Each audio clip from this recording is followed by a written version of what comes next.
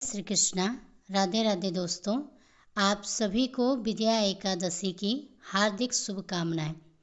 आज के इस वीडियो में आप सभी श्रवण करेंगे विजया एकादशी की बहुत ही पावन एवं दुर्लभ व्रत कथा। कथा के अनुसार एक बार धर्मराज युधिष्ठिर बोले, हे जनार्दन, फाल्गुन मास के कृष्ण पक्ष की एकादशी का क्या नाम है तथा उसकी विधि क्या है? कृपया करके आप मुझे विस्तार पूर्वक बताइए। तब भगवान श्री कृष्ण बोले, हे राजन, फाल्गुन मास के कृष्ण पक्ष की एकादशी का नाम विजया एकादशी है। इसके व्रत के प्रभाव से मनुष्य को विजय प्राप्त होती है। यह सब व्रतों से उत्तम व्रत है।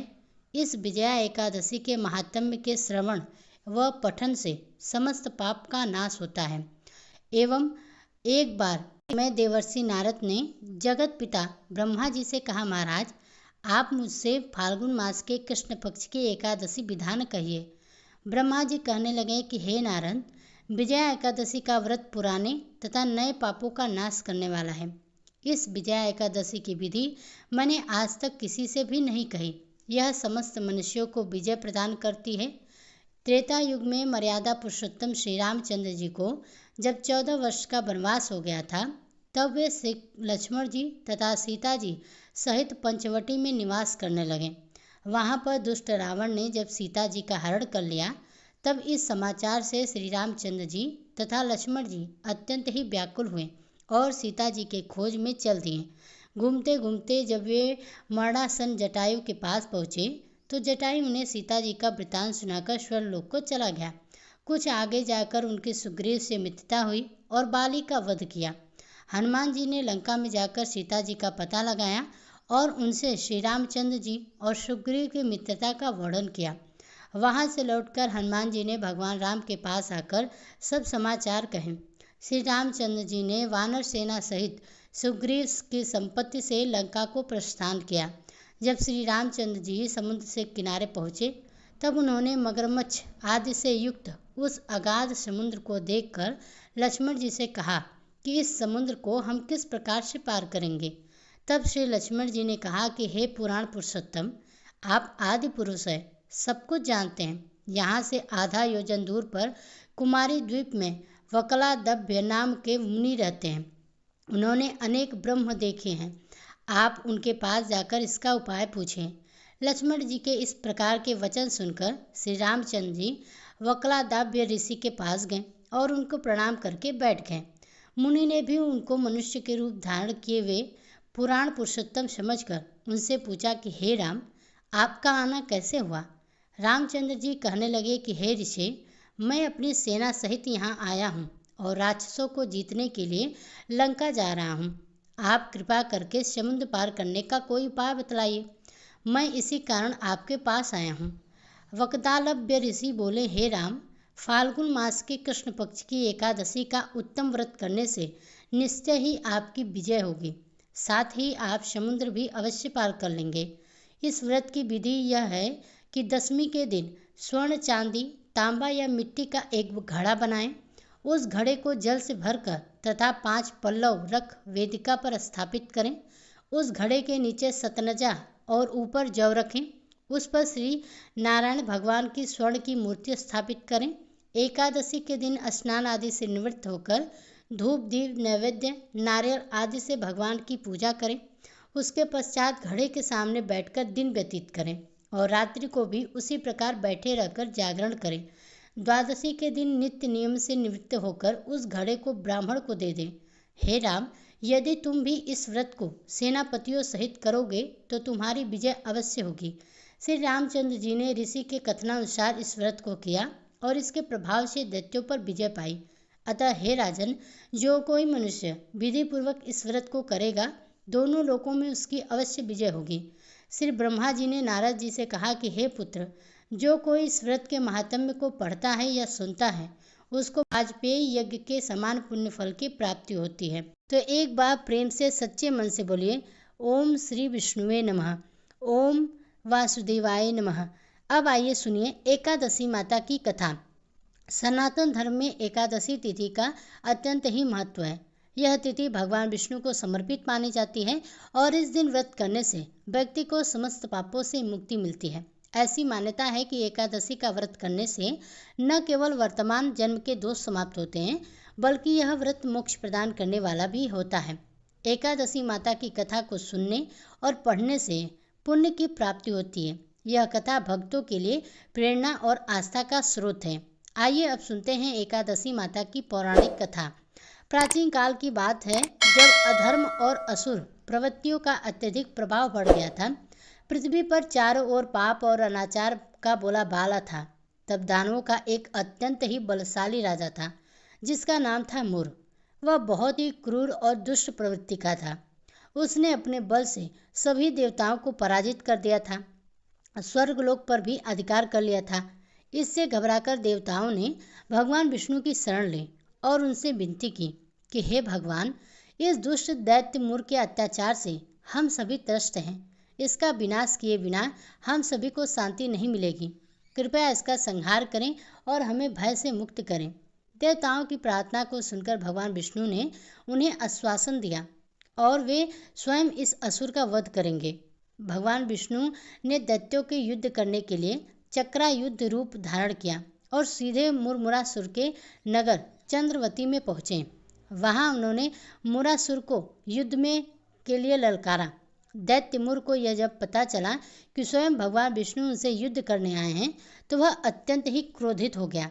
उसने अपनी विशाल सेना के साथ भगवान विष्णु पर आक्रमण कर दिया। यह युद्ध कई वर्षों तक चला। भगवान विष्णु अपनी गदा, चक्र और तलवार से दैत्यों का संहार करते रहे, लेकिन मुरासुर की शक्ति भी कम ही नहीं हो रही थी। अतः भगवान विष्णु को कुछ समय के लिए विश्राम की आवश्यकता हुई। वे एक गुप्त गुफा में चले गए और योग निद्रा में लीन हो गए। मुरासुर को जब यह ज्ञात हुआ कि भगवान विष्णु विश्राम कर रहे हैं, तो उसने इस अवसर का लाभ उठाने का निश्चय किया। उसने गुप्त रूप से गुफा में प्रवेश किया और भगवान विष्णु पर हमला करने के लिए आगे बढ़ा। जैसे ही मुरासुर ने भगवान विष्णु पर आक्रमण करने का प्रयास किया, तभी भगवान के शरीर से एक दिव्य शक्ति प्रकट हुई। यह शक्ति एक अत्यंत तेजस्वी देवी के रूप में प्रकट हुई थी। देवी का स्वरूप अत्यंत ही अद्भुत था। वे तेजस्वी आभा से युक्त थी। उनके हाथों में शस्त्र थे और उनका मुख क्रोध से भरा हुआ था। जैसे ही मुरासुर ने देवी को देखा, वह घबराकर पीछे हट गया, लेकिन देवी ने बिना विलंब किए अपने दिव्य अस्त्रों से उस दुष्ट असुर का वध कर दिया। जब भगवान विष्णु योग निद्रा से जागे, तो उन्होंने देवी को देखा और प्रसन्न होकर उनसे पूछा कि हे देवी, आप कौन हैं जिन्होंने मेरे शत्रु का वध कर दिया है? तब देवी ने उत्तर दिया कि हे प्रभु, मैं आपकी ही शक्ति हूँ। जब आप योग निद्रा में थे, तब आपके शरीर से मेरा प्राकट्य हुआ और मैंने उस दुष्ट असुर का वध कर दिया। मैं भक्तों को मोक्ष प्रदान करने वाली और समस्त पापों का नाश करने वाली हूँ। मुझे एकादशी माता के नाम से जाना जाएगा। जो भी भक्त श्रद्धा और विश्वास के साथ मेरा व्रत करेगा, उसे समस्त पापों से मुक्ति मिलेगी और वह मोक्ष को प्राप्त करेगा। तो चलिए आज आपको तुलसी माता की संपूर्ण कथा सुनाते हैं। तुलसी माता को हरिप्रिया भी कहा जाता है। जितना भगवान श्री हरि विष्णु सोने, चांदी, हीरे, मोती और रत्नों से प्रसन्न नहीं होते, उतना सिर्फ तुलसी दल से प्रसन्न हो जाते हैं। श्रद्धा से, भाव से तुलसी दल भगवान विष्णु को अर्पित करने से मनुष्य के सभी संकट कट जाते हैं और मनोकामनाओं की पूर्ति होती है। शास्त्र के अनुसार एकादशी के दिन तुलसी जी में कभी भी जल नहीं चढ़ाना चाहिए, क्योंकि तुलसी महारानी स्वयं एकादशी का निर्जला व्रत रखती हैं। लेकिन द्वादशी के दिन व्रत के पारण के समय तुलसी माता को जल अवश्य चढ़ाना चाहिए और पूरी विधि विधान से पूजा पाठ करके उनके कथाओं को सुनकर ही अपना व्रत खोलें। एक बार एक गांव में एक बुजुर्ग महिला रहा करती थी। वह बहुत ही पूजा पाठ किया करती थी। वह रोज तुलसी माता की पूजा करती और वह बुजुर्ग महिला रोज तुलसी माता से कहती कि हे तुलसी माँ, मुझे बहू दे, पीताम्बर की धोती दे, मीठा मीठा घास दे, बैकुंठ में वास दे, चटक की चाल दे, पटक की मौत दे, चंदन की काठ दे, रानी जा काज दे, दाल भात का भोजन दे, ग्यारस की मौत दे और कृष्ण जी का कंधा दे।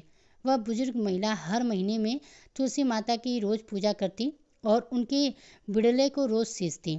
तुलसी माता बुजुर्ग महिला की बात को सुनकर धीरे धीरे सूखने लगी।